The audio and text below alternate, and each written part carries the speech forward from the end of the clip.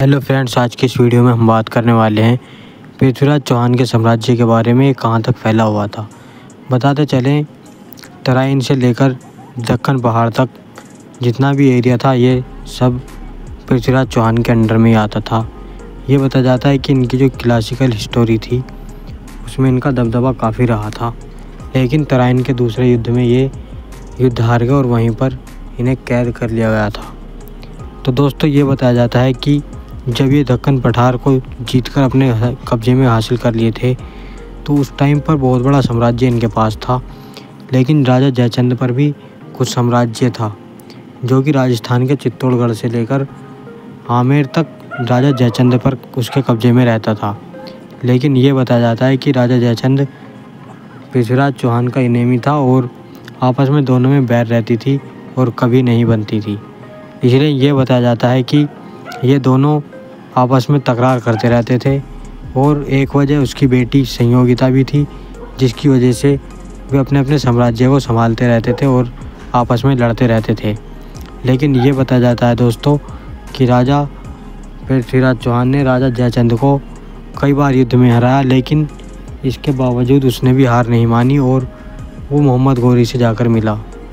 उन्होंने आपस में सलाह मिलाकर अपनी कहानी बताई और दोनों ने अटैक किया और राजा पृथ्वीराज चौहान को राजा जयचंद ने किसी कारणवश मोहम्मद गौरी से विजय होने से बचा लिया गया और वहाँ पर दूसरे तराइन युद्ध में मोहम्मद गौरी ने पृथ्वीराज चौहान को हरा दिया था।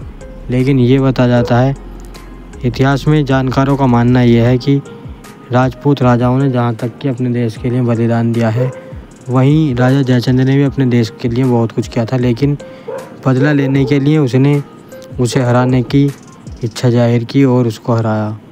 यही माना जाता है कि इनका बहुत बड़ा साम्राज्य था जिसमें कई हजार वर्ग किलोमीटर का एरिया आता था, जिसमें दोनों आपस में साम्राज्य को अपने संभालते थे, जहाँ तक कि राजा जयचंद भी अपने राज्य को संभालता था।